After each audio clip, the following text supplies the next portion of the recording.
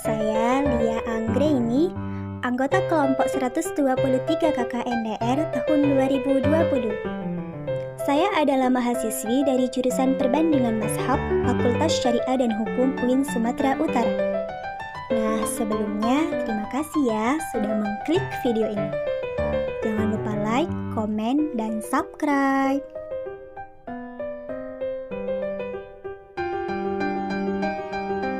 Di video kali ini, saya akan membahas tentang perkawinan lintas agama menurut 4 mazhab. Teman-teman tahu tak apa itu mazhab?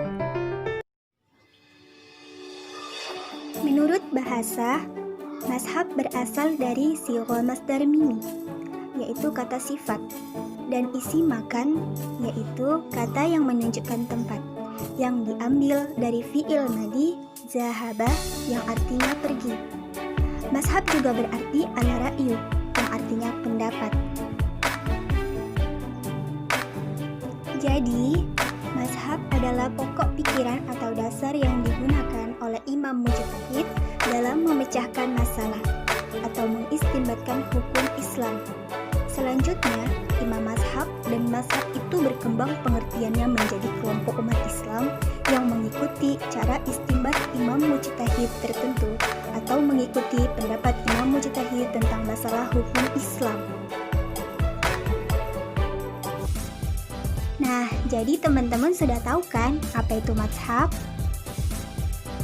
Sekarang langsung saja kita masuk ke pembahasan inti. Yuk simak videonya. Dalam pembahasan terakhir ini, saya akan mencoba membahas tentang hukum perkawinan lintas agama dari sudut pandang ulama 4 mazhab. Walaupun pada prinsipnya, ulama mazhab ini mempunyai pandangan yang sama bahwa wanita kitabiyah boleh dinikahi. Untuk lebih jelas, berikut pandangan keempat mazhab fikih mengenai hukum perkawinan lintas agama.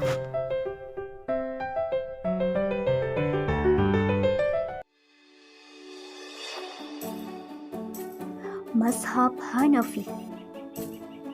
Imam Abu Hanifah berpendapat bahwa perkawinan antara pria muslim dengan wanita musyrik hukumnya adalah mutlak haram. Tetapi membolehkan menikahi wanita ahlul kitab, yaitu Yahudi dan Nasrani. Sekalipun ahlul kitab tersebut meyakini Trinitas, karena menurut mereka yang terpenting adalah ahlul kitab tersebut memiliki kitab samawi. Menurut mazhab ini, yang dimaksud dengan ahlul kitab adalah siapa saja yang mempercayai seorang nabi dan kitab yang pernah diturunkan Allah Subhanahu wa Ta'ala. Termasuk juga orang yang percaya kepada Nabi Ibrahim alaihissalam dan suhufnya, dan orang yang percaya kepada Nabi Musa alaihissalam dan kitab Zaburnya. Maka wanitanya boleh dinikahi. Mazhab Maliki. Mazhab Maliki tentang hukum perkawinan lintas agama ini mempunyai 2 pendapat, yaitu yang pertama, nikah dengan kitabiyah hukumnya makruh mutlak, baik zimiyah, yaitu wanita-wanita non-muslim yang berada di wilayah atau negara tunduk pada hukum Islam, maupun harbiyah. Namun, makruh menikahi wanita harbiyah lebih besar. Akan tetapi, jika dikhawatirkan bahwa si istri yang kitabiyah ini akan mempengaruhi anak-anaknya dan meninggalkan agama ayahnya, maka hukumnya haram. Kedua, tidak makruh mutlak. Metodologi berpikir mazhab Maliki ini menggunakan pendekatan Sadd al-Zari'ah, yaitu menutup jalan yang mengarah kepada kemafsadatan. Jika dikhawatirkan kemafsadatan yang akan muncul dalam perkawinan beda agama, maka diharamkan. Mazhab Syafi'i. Demikian halnya dengan mazhab Syafi'i juga berpendapat bahwa boleh menikahi wanita ahlul kitab.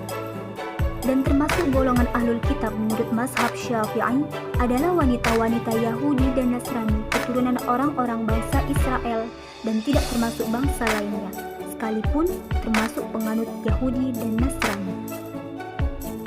Menurut mazhab ini, yang termasuk Yahudi dan Nasrani adalah wanita-wanita yang menganut agama tersebut sejak semasa Nabi Muhammad SAW sebelum Al-Quran diturunkan.